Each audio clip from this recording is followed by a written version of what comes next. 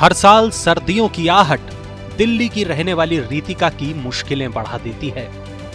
वजह यह है कि इस दौरान पूरे दिल्ली एनसीआर में पॉल्यूशन और जहरीली हवा उनकी सांसों पर भारी पड़ने लगती है। ये धुंध न सिर्फ आंखों को जलाती है और सांस लेना मुश्किल बनाती है, बल्कि ये उनके बटुए का भी दम निकाल देती है। लेकिन आप सोच रहे होंगे कि बटुए का धुंध से भला क्या लेना देना। हो सकता है आपने इस तरह से सोचा नहीं हो, लेकिन हवा में घुले जहर का सीधा असर आपके बटुए पर पड़ता है। ये सिर्फ हम नहीं कह रहे, स्टडीज भी यही कहती हैं। लैंसेट में छपी दिसंबर 2020 की एक रिपोर्ट बताती है कि 2019 में भारत में 17 लाख लोगों की मौत जहरीली हवा की वजह से हुई, जो देश में हुई मौतों का 18% है। आर्थिक नजरिए से देखें तो हवा में घुले जहर से होने वाली मौतों और बीमारियों की वजह से 2019 में उत्पादन को हुआ नुकसान जीडीपी का 1.4% था। रुपयों में अगर इसे नापेंगे तो आप चौंक जाएंगे। ये रकम 2,60,000 करोड़ रुपए बैठती है, यानी देश को रोजाना 21,666 करोड़ रुपए का नुकसान।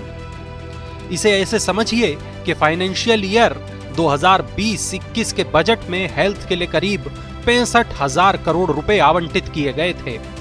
इसके मुकाबले अकेले प्रदूषण की वजह से ही जीडीपी को एक साल में करीब 4 गुना ज्यादा का नुकसान हुआ है। लेकिन इस लॉस से बचने का क्या कोई तरीका है?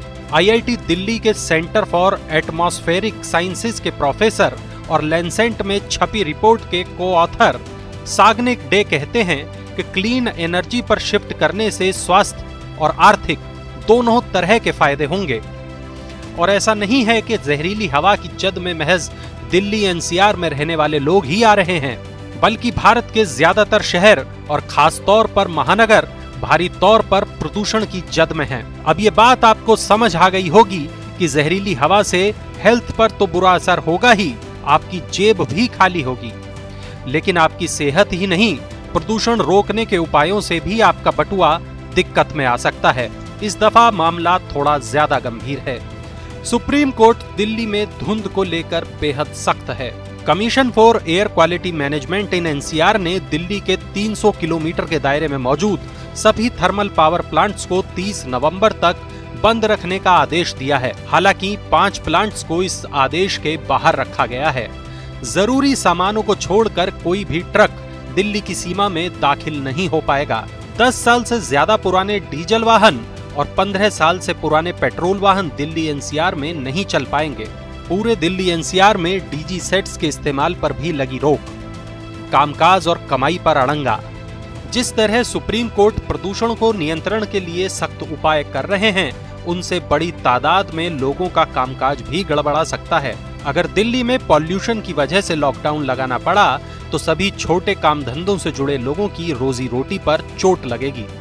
यानी अगर आर्थिक गतिविधियां रुकेंगी तो आपकी कमाई की सांसें अटकने लगेंगी।